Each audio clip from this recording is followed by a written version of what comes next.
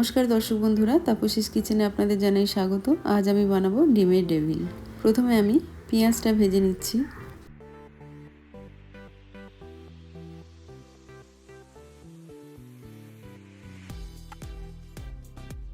আদা দিয়ে দিলাম 2 চামচ,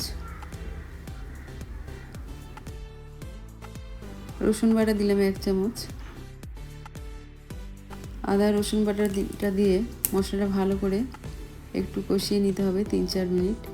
3-4 মিনিট নেড়ে নেওয়ার পর এখানে আমি কিমাটা সিদ্ধ করে রেখেছিলাম, 500 গ্রাম কিমা দিয়েছি। কিমাটা বেশ ভালো মতন কষিয়ে নেব মশলার সঙ্গে। 1/2 চামচ গোলমরিচের গুঁড়ো দিয়ে দিলাম, 1 চামচ নুন দিয়ে দিলাম।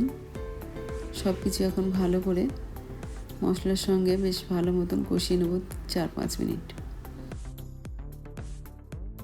কিমাটা ঠান্ডা করে নিয়ে পেস্ট বানিয়ে নিতে হবে।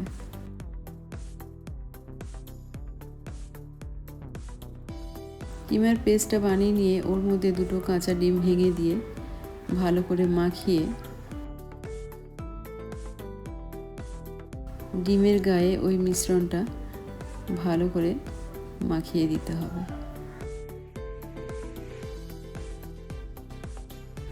এইভাবে ব্রেড ক্রাম্বসে মাখিয়ে ছাঁকা তেলে ফ্রাই করে নিতে হবে।